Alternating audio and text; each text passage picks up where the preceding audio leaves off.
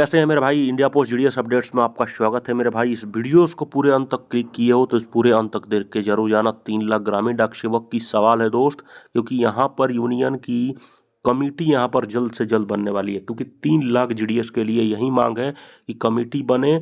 और मोदी गवर्नमेंट ने एक बहुत बड़ा फैसला ले लिया है। पूरे अंत तक जरूर देख के जाते हैं, क्योंकि मेरे भाई कमेटी का गठन अब पूरी तरह से होने वाली है। क्योंकि आप लोग भी जानते हो जीडीएस को 8 से सीपीसी में जो टीओआर आया था, टर्म ऑफ रेफरेंस, जो तीनों मेंबर्स ने दिया था, खास करके तीनों रेफरेंस में, तो उसमें इंक्लूड किया ही नहीं गया था।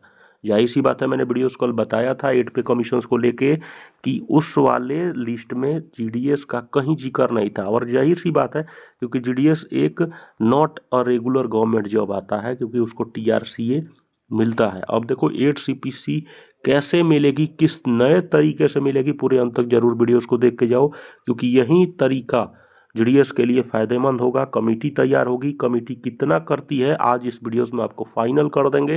अंत तक जरूर देख के जाओ मेरे भाई। अब देखो, सबसे पहले मैं बता देना चाहता हूँ, 7वां वेतन जब आयोग लागू किया था, खास करके 16 में तो 2006 पे आया था, लेकिन इसको लागू करते करते 1 से 2 साल लग ही गए थे। यानी कि 2018 में जीडीएस के लिए या तमाम जो भी है जीडीएस को भी मिला था 7th पे कमीशन। अब इससे पहले जीडीएस का क्या स्थिति थी, कितनी सैलरी थी, ये देख के आप हैरान हो जाओगे मेरे भाई। अभी जितने लोग नए जीडीएस हैं या 2 साल 4 साल पहले ज्वाइन किए हैं, वो जीडीएस की स्थिति नहीं जानते हैं। जो पुराने 10 साल 15 साल से काम कर रहे हैं, वो हैरान हो जाओगे मेरे भाई सुन के उनकी जॉब या सैलरी।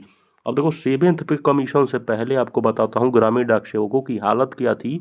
देखो, पहले 6वां वेतन आयोग था, ठीक है।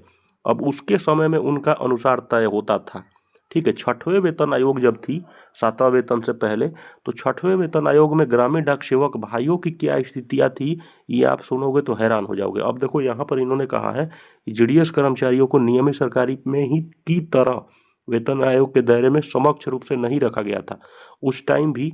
यानी कि समझ सकते हो कि जब तक 8 घंटा का ड्यूटी नहीं लगता है, तब तक कोई भी कमीशन है, 6ठा आ जाए, 7वां आ जाए, 8वां पे कमीशन का वही स्थिति देख रहे हो। नया कमेटी बनाया, 9th पे भी आएगा तो वही स्थिति बन जाएगी अगर 8 घंटे नहीं लगाए तो 6 में भी, 6 पे कमीशन में भी यही स्थिति था, प्रत्यक्ष रूप से नहीं लगाया। कमेटी यहाँ पर बनाई गई, देख सकते हो, अलग से समिति की सिफारिश लागू हुआ।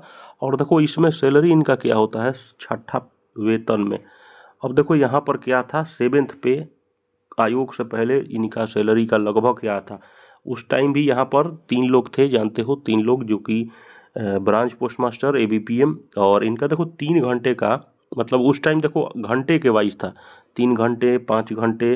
तो देखो, 3 घंटे के स्लैब में जो काम करते थे, खास करके हमारे ग्रामीण डाक सेवक भाई, उनका सैलरी कितनी देते थे इन लोग। मूल वेतन आयोग कितना देता था, 2745 रुपये मिलता था 6ठे वेतन के आयोग के कारण। दिख रहे हैं ना यहाँ पे, ये मतलब मूल वेतन है। अब इसमें अब समझ सकते हो कितना डीए लगाए, अब कितना इंक्रीमेंट करे, ठीक है। ये सब चीज़ें मैं आपको दिखाऊंगा।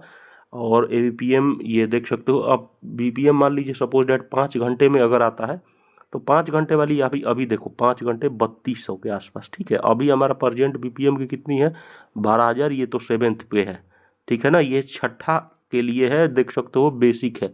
दिख रहा है साथी, यहाँ पर ये स्थितियाँ थी ये मेरे भाई। ये पहले पैकर भी आते थे बहुत सारे। अब देखो, इनके लिए डीए वगैरह देता था, बोनस थे, लेकिन वहीं सब कैलकुलेट करके, ठीक है ना, पहले उतना ज़्यादा। और अन्य कोई भत्ते भी मिलते थे, कुछ मिला जुला के अपना जो भी है छोटा मोटा अमाउंट।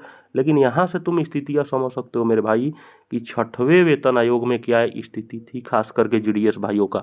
मतलब 6th पे कमीशन में तुमको 3200 रुपया मिलता था, ठीक है।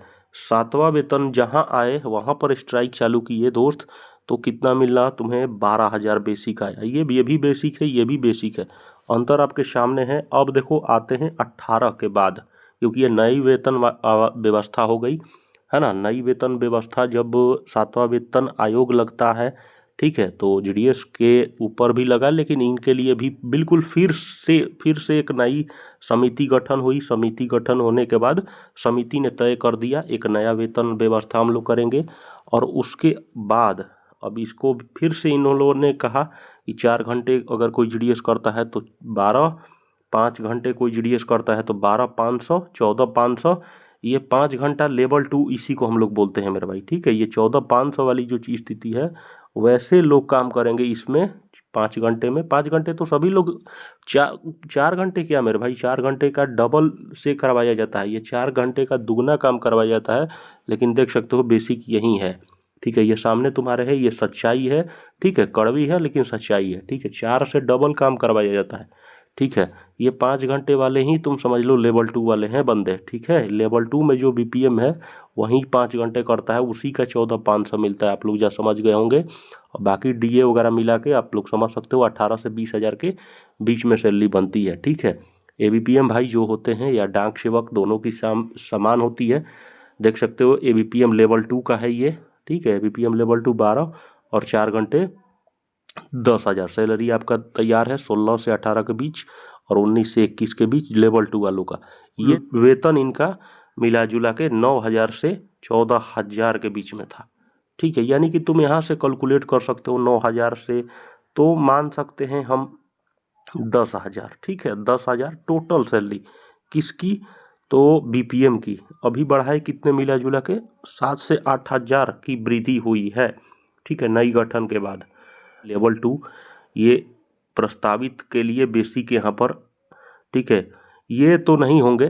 ठीक है, बेसिक इतना 21 में नहीं तो कम से कम आसपास रहेगा। लेकिन टोटल सैलरी की अगर बात कर लूँ तो इनकी इतनी ये रहेगी आसपास 26 के आसपास होना ही चाहिए। ठीक है, ये स्थिति है, प्रोबेबिलिटी है मेरे भाई।